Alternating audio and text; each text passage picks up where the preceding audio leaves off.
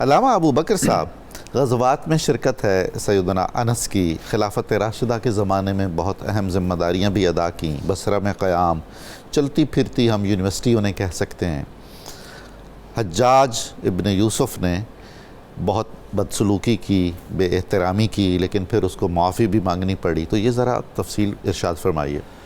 بہت شکریہ ڈاکٹر صاحب۔ اسلام کی تاریخ کو اگر صرف تلوار کی یا ریزسٹنس کی تاریخ سمجھا جائے تو یہ ادھوری ہے۔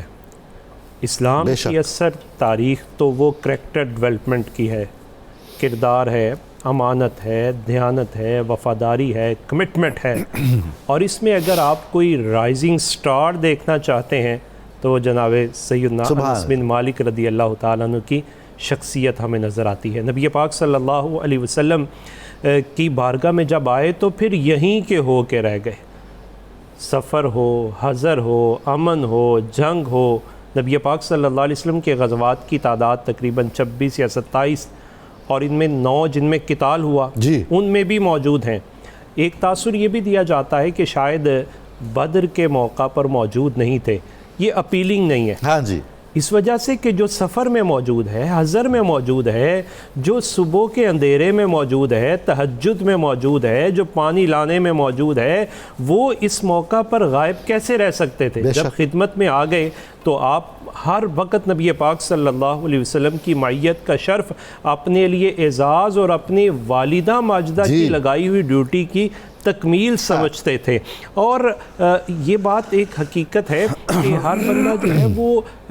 فرنٹ لائن کا ہیرو نہیں ہوتا، بلکہ ملٹری کی سائنس میں یہ کہا جاتا ہے کہ لاجسٹک جو سپورٹس ہوتی ہے وہ بھی فراہم کرنے والے لوگ ہوتے ہیں۔ تو جناب انس بن مالک رضی اللہ تعالیٰ عنہ کا اصل رول کیا تھا؟ خدمت تھی، نبی پاک صلی اللہ علیہ وسلم کی نگرانی کا فریضہ سر انجام دیتے تھے، نبی پاک صلی اللہ علیہ وسلم کی حفاظت کرتے تھے، پیغام رسانی کا فریضہ سر انجام دیتے تھے، اور یہ بڑے سینسیٹیو جو پوائنٹس ہیں، پوزیشنز ہیں، ہزاروں محاذ ایک طرف اور یہ خدمت ایک طرف، یہ خدمات ساری ایک طرف۔ اور پھر یہاں جناب انس بن مالک رضی اللہ تعالیٰ کی زندگی سے بڑا خوبصورت پہلو ہمارے لیے نکلتا ہے کہ جو مشن ہوتا ہے وہاں ایوری رول، ہر رول جو ہے اس کی اپنی ایک حیثیت ہوتی ہے، وہ میٹر کرتا ہے۔ میرے اور آپ کے لیے ایک بڑا اہم سبق یہ ہے کہ آج ہم یہ سمجھتے ہیں کہ شاید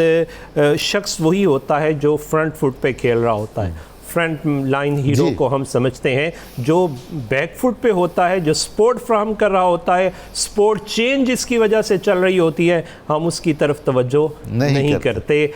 ہمیں اس سے یہ سبق ملتا ہے کہ آج کے اس دور کے اندر ہر شخص یہ چاہتا ہے فرنٹ پہ آ جائے، لیڈر بنے۔ جناب انس بن مالک رضی اللہ تعالیٰ عنہ آپ کی زندگی یہ سکھا رہی ہے کہ ہمیں ایک ریلائیبل ٹیم ممبر بننا ہے، اور مصطفیٰ کریم علیہ السلام کے ریلائیبل ٹیم ممبر میں جو لٹل سکولرز ہیں وہ جناب سیدنا انس بن مالک رضی اللہ تعالیٰ عنہ۔ اسپرٹ بھی تو بڑی امپورٹنس رکھتی ہے۔ جی بالکل، اس کے اندر وہ جذبہ اور وہ شوق اور وہ لگن اور وہ سنسیریٹی دکھانا وہ جناب انس بن مالک رضی اللہ تعالیٰ عنہ کی وہ گٹی میں موجود تھا، کیونکہ والدہ ماجدہ جس جذبے کے ساتھ لے کے آئی تھی، آپ نے اس جذبے کو اسی طرح باقی رکھا، اور آپ نے ہر موقع پر یہ بتایا کہ جو مشن ہوتا ہے نا، بگر دین دا پوزیشن،